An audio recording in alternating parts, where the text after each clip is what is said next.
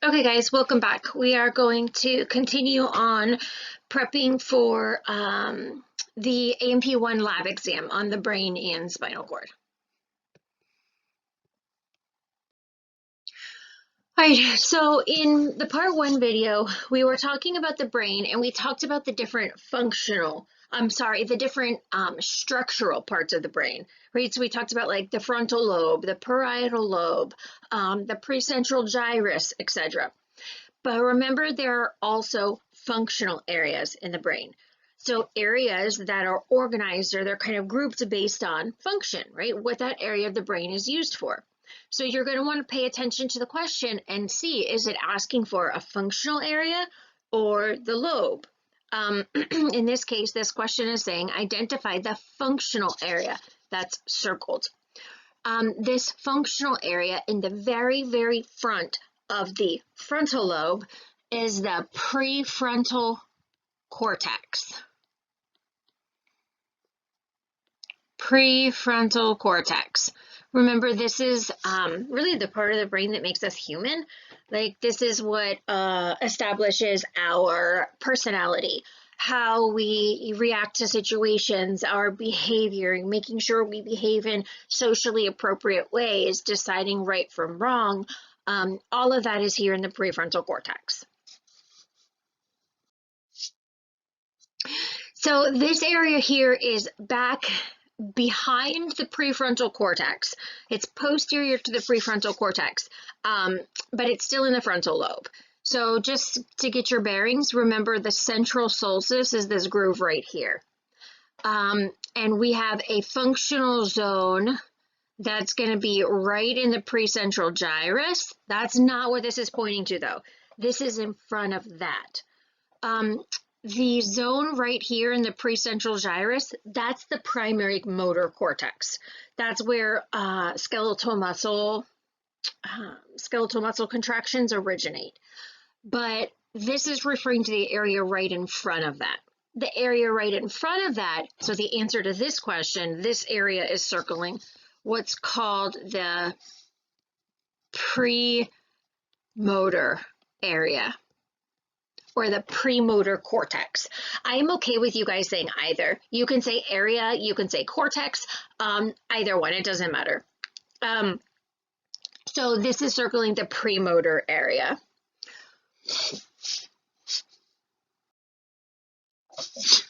This is moving back behind the central solstice. So again, the central solstice is this groove right here. The area behind the central solstice is sensory. Okay, so in front of the central solstice is movement, behind it is sensory. We have somatosensory information that's going to be processed right here in the dark purple and the light purple. Somatosensory is like your sense of touch, right? So like pressure, pain, vibration, temperature, anything that you can feel, like when someone touches you, your body, those are somatosenses or somatosensory information. Now we have a primary somatosensory cortex and a somatosensory association area. And that's going to be the case with most of these areas. There's a primary area and then an association area. Like we just said for motor, there was the primary motor cortex in dark red, and then right in front of it, the premotor area, or you could say motor association area. But here what we're looking at is the somatosensory area. This is specifically, this area that's circled is specifically the somatosensory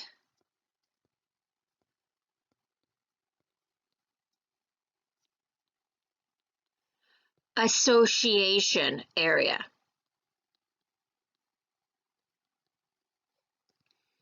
The somatosensory association area. Some texts will just say sensory. So some texts will say, primary sensory cortex, and then sensory association area. Somatosensory I like better because that's just more specific and more accurate to what it actually is.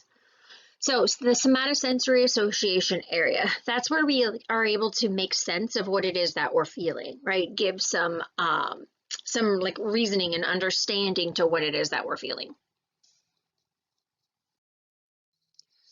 Identify the functional area circled. So the temporal lobe, so like this area down here, has to do with hearing. I remember that because it's right by the ears, right on the sides of the brain. So this has to do with hearing. There's a, so auditory. There's a primary auditory cortex and an auditory association area. This, right, the very top gyrus here in the temporal lobe, where this is circling, that's the primary auditory cortex.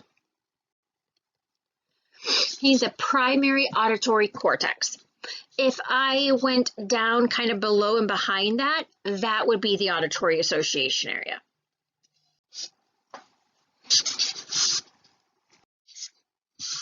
Speaking of, so this identify the functional area circled.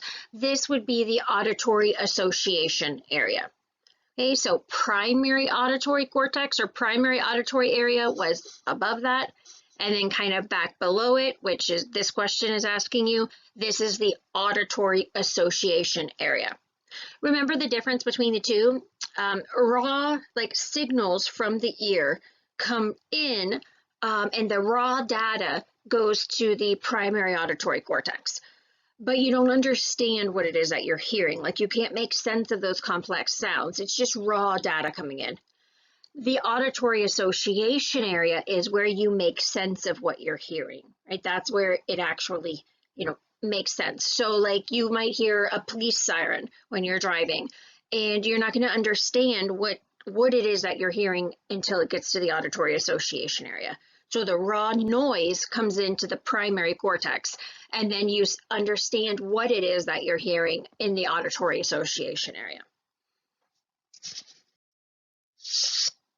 Identify the functional area at the tip of the pointer. So this is pointing to this dark red area, which is the precentral gyrus. But I'm asking you here for the functional area. So don't answer precentral gyrus. That's the anatomical area, that's the region, but that's not the functional area. The functional area of this area in red that this is pointing to is the primary motor cortex. The primary motor cortex. This is where all of the upper motor neurons are located, the neurons that send the signal down to ultimately tell the muscles to contract. So muscle contractions originate here in the primary motor cortex. Those contractions are planned in the premotor area. So remember, the premotor area was like here in front of it. So we planned the contractions there, and then we give the plan to the primary cortex, and then the primary cortex actually sends out the contractions. Okay, but the answer to this would be primary motor cortex. Identify the functional area. This is the postcentral gyrus, right? This area in dark purple is the postcentral gyrus. The functional area that's there is the primary somatosensory cortex or primary somatosensory area. Okay. Remember, the association area is behind it, but the dark purple is the primary somatosensory area, or primary somatosensory cortex. Identify the functional area circled. The circle might be kind of hard for you guys to see. The circle is right here. Okay, so what we're looking at is the very back of the cerebrum. I know that because I can see the cerebellum. Right down here at the bottom, that's the cerebellum. So I'm looking at the very back of the cerebrum, at the occipital lobe. In the very back of the occipital lobe, right here in the center of the back of the occipital lobe, that's the primary visual cortex. Okay, or primary visual area. That's where information from for vision comes in. So like the raw data about what we're seeing comes into the primary visual cortex. Then again, this is kind of hard to see in green. Green's not a great color for this, but these two areas are circled. So really this is like this area around the primary visual cortex, and that's the visual association area. Okay, so that's where we make sense of what we're seeing. So the primary visual cortex is in the very back, the visual association area is around it. Okay, so now we see more kind of detailed structures that are present deep within the brain. So what we're looking at is the brain has been sectioned, and we're looking at the medial side of the brain, or like the inside of the brain. The structure at the tip of the pointer, this is pointing to this white structure right here, okay? And it's colored white because it is white matter. So this structure here contains a bunch of axons that go back and forth between the two hemispheres so that the left and right hemisphere can talk to each other. And this whole thick band of white matter is called the corpus callosum. Okay, the corpus callosum. Identify the structure at the tip of the pointer, okay, the white. So I'm telling you, I'm asking you for all of these little white lines here.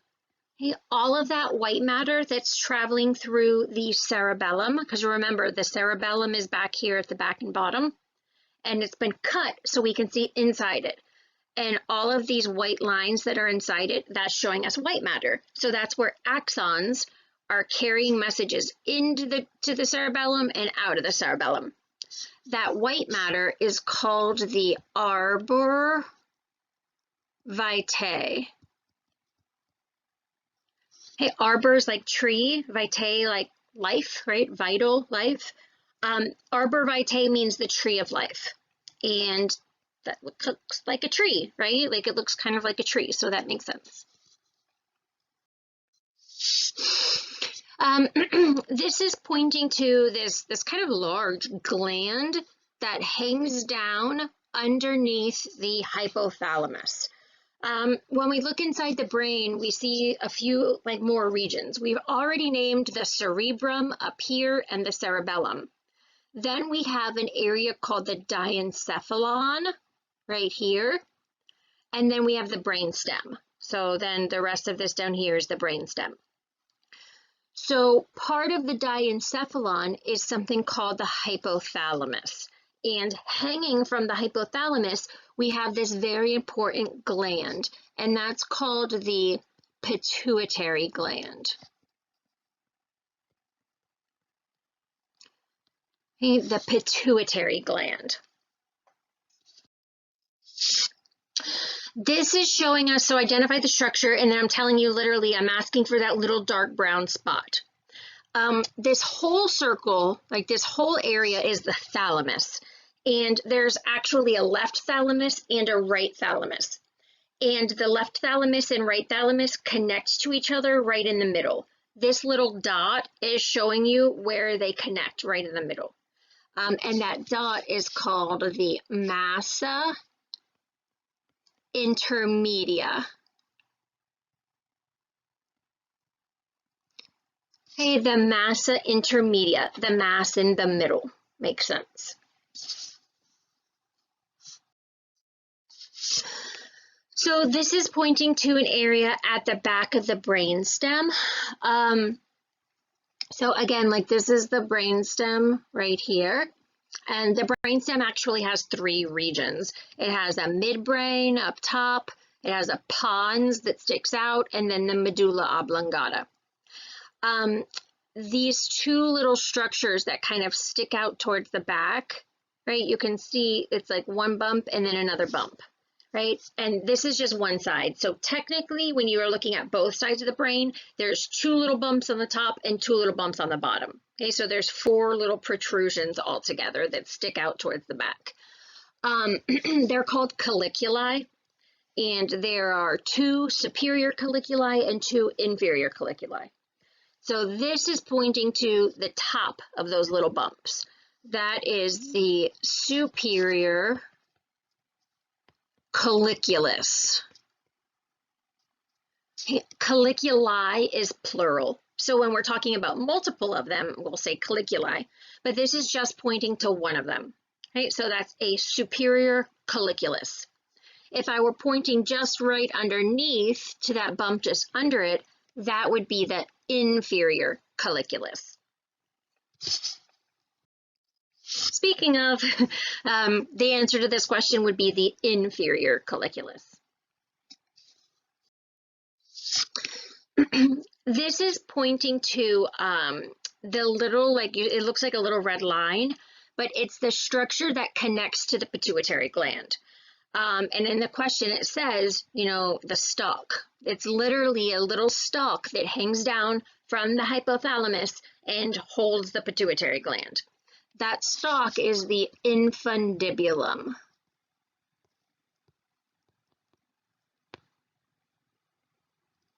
The infundibulum. And you'll come back to all of this in AMP2. In AMP2, we'll talk about the hypothalamus, and we'll talk about how, it's connected to the pituitary gland through the infundibulum. We'll talk about the way they work. So all of this is important. It does come back to us.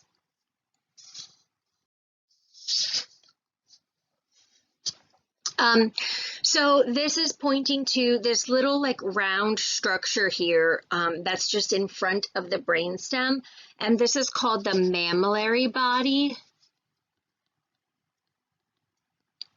The mammillary body, there's two little round things that stick out. So mammillary, someone thought it looked like breasts, so mammary.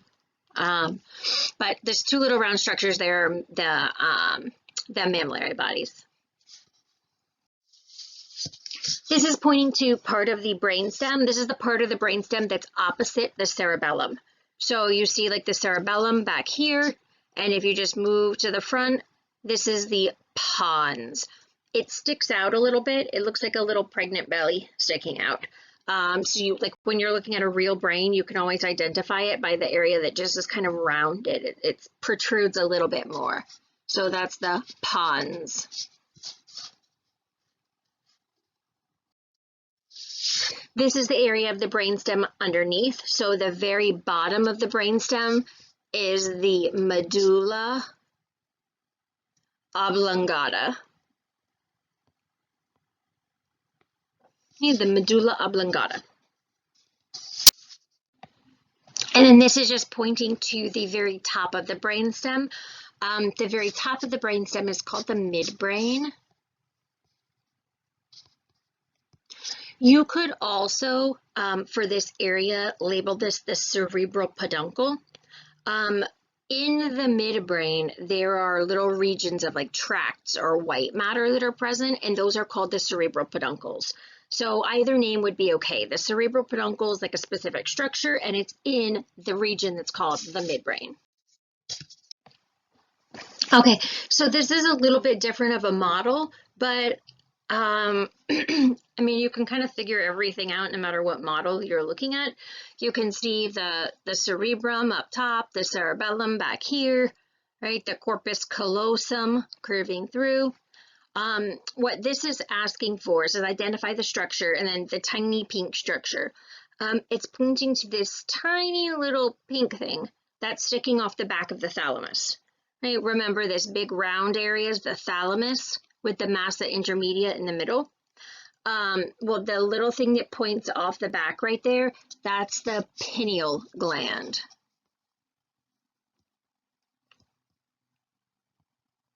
Okay, the pineal gland, that's where melatonin is made. Melatonin is the hormone that helps to maintain our sleep-wake cycles. That's made back in the pineal gland. So there are two glands. The pineal gland is in the back, and then the pituitary gland would be hanging right here in the front.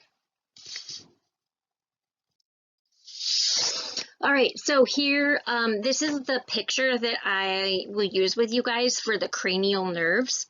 There are 12 pairs of cranial nerves, and what we mean by cranial nerve is that the nerve attaches to the brain or brain stem, and it exits the cranium. So it exits the skull through some sort of a hole. And then we have the spinal nerves as well. When we looked at the spinal cord, we looked at the spinal nerves that exit the spinal cord. But the cranial nerves come from the brain, go through the cranium. There are, again, 12 pairs of them. You guys should be able to number them all. I ask you to identify the cranial nerve. You guys can identify it by its number or by its name. Either one is okay. So the way I'm going to number all of them with you first, and then we'll just answer the questions. They are 1, 2, 3, 4, 5, and then you go in towards the middle and count out for 6, 7, 8. So 6, 7, 8. So it's like the little purple one, the little pink one, and then the little tan one. Then you go down for 9, 10, and 11.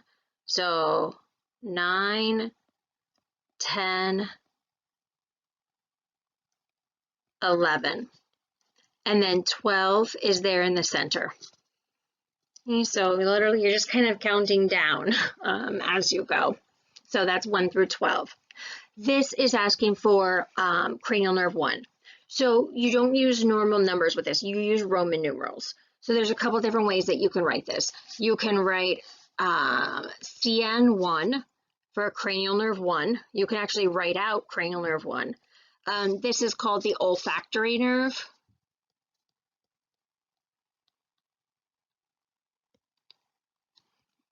It's involved in smell, so olfactory nerve. So you could call it that as well. So you can write cranial nerve 1 or the olfactory nerve.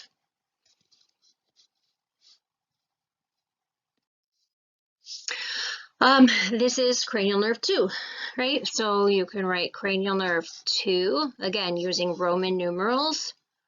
Or this is also called the optic nerve.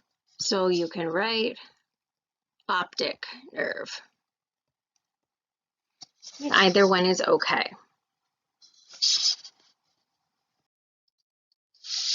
Cranial nerve 3, or oculomotor. I think I'm going to go through all of these.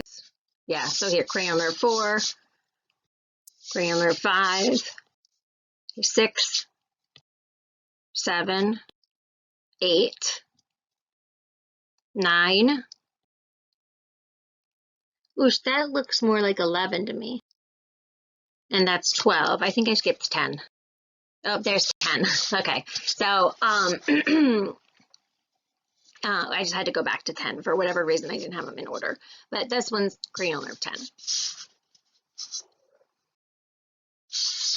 Identify the structure of the tip of the arrow, and then parentheses, I'm telling you the passageway. So anytime I give you something in parentheses like that, like read it. It's there to help kind of guide you so that you don't confuse what I'm asking for. The passageway, so I'm asking you for the open space right there. And the open spaces or passageways, remember, you should be thinking about like the ventricles. So like up here, the open space would be the lateral ventricle. The third ventricle is kind of hard to see because it goes around the thalamus. The fourth ventricle is this open space down here. So this long thin line, like this passageway, is going from the third ventricle down to the fourth ventricle. Remember that that is called the cerebral aqueduct. Okay, the cerebral aqueduct. Identify the region. This is part of the diencephalon. Again, under the cerebrum, there's this area right here on top of the brainstem that's called the diencephalon. And the diencephalon has a few different areas. It's got the thalamus, which we looked at before. Remember this like rounded area here is the thalamus. This area right here, it's kind of this like triangular shaped area, is under the thalamus. So its name is the hypothalamus. Okay, the hypothalamus. That's where the infundibulum and the pituitary gland are. So like right under the hypothalamus, you'll have the infundibulum and then the pituitary gland hanging from it. Identify the lobe of the brain. So earlier in the PowerPoint, or earlier in part one, actually, we identified the outer lobes of the brain, right? So like the frontal lobe was up here, the parietal lobe, the occipital lobe, and then on the side was the temporal lobe. This is another lobe that's deeper within the brain, and it's called the insula or the insular lobe. It's actually easier to see from the other angle. If you look at the outsides of the brain, you have to actually separate the temporal and parietal lobe. So you have to like pull those lobes apart and look deep within the brain, and you'll see the insula. This is just the opposite side, the medial side of it. This is where there's something called the cingulate gyrus, which is present right here in this part of the insular lobe. So insula is what your manual would call this.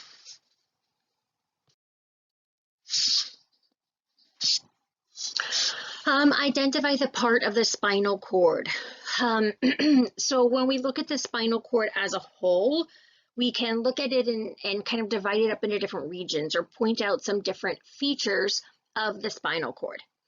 The spinal cord begins at the bottom of the brainstem. So up top here, you see the cerebrum, and then in green underneath that is the cerebellum. And then you have the very end of the brainstem, which leads into the spinal cord. And you can see the spinal cord extends all the way down. All these little lines on the sides, those are showing you spinal nerves. So there are spinal nerves coming from the cervical region, from the thoracic region, from the lumbar region, and then from the sacral region. There are multiple different features of the spinal cord that you guys should be able to identify. This is pointing to this little tip or little point at the very bottom of the spinal cord. The spinal cord ends in a little point like this, and that's called the conus medullaris. The conus medullaris. So all of this down here, those are all nerves. Hey, that's not actual spinal cord. Those are just nerves. The spinal cord is actually ending right here at the conus medullaris. This is asking for all of these nerves that are fraying off the end of the spinal cord. And that's why I've kind of circled all of them or identified all of them, because all of these nerves together, all of them as a whole, are referred to as the cauda equina. Caudal means towards the tail. So cauda is tail. Equina refers to a horse. So the cauda equina literally means the horse's tail. And if you think about the animal, a horse has like a really long tail, right, with lots of hair coming off of it. Because it's not technically a tail, it's just hair. There's hair coming off. And this is what this looked like, right? A lot of long hair coming off. So that's the cauda equina. This identify the fiber or the structure at the tip of the red arrows. So this is asking for something more specific than the cauda equina. And what this is asking for is something called the phylum terminal or phylum terminale. So at the very end of the spinal cord, remember we said the cord ends right there in the conus medullaris. At the very end of the spinal cord, fibers from the meninges, the meningeal layers, fibers continue down as one long thread like this in the very center. And this long thread, this phylum terminal, connects to the coccyx or the tailbone down at the bottom. And that anchors the bottom of the spinal cord, because you don't want the spinal cord just hanging, right, and just like flopping around. It needs to be strong. It needs to be held like tight and secure. So those fibers continue down and attach to the coccyx, and that anchors the spinal cord inferiorly. So again, just this fiber in the very center is the phylum terminal. If I asked for, like I did on the other question, if I asked for all of these nerve fibers, that would be the cauda equina. Identify the region of the spinal cord in the red bracket. So the spinal cord has a couple little regions that are larger than the others. And this is one of them. If you'll notice, like this part of the spinal cord appears a little bit fatter. It's a little bit wider than you see, down in that area. And the reason for that is that there are a whole lot of fibers that are coming off that area to end up going down to the arms. And this area is called the cervical enlargement. Okay, it's an enlargement, it's bigger, and it's in the cervical region. Remember, the cervical region is the neck region, so the cervical enlargement. All right, that was it. There's also a lumbosacral enlargement. So down at the, like towards the bottom in the lumbar slash sacral region, there's another widened area of the spinal cord. That would be the lumbosacral enlargement. All right, that is it, guys. If you are perfectly comfortable with all of that, then you should be pretty good, or you should be great on your last lab practical. Okay, so good luck.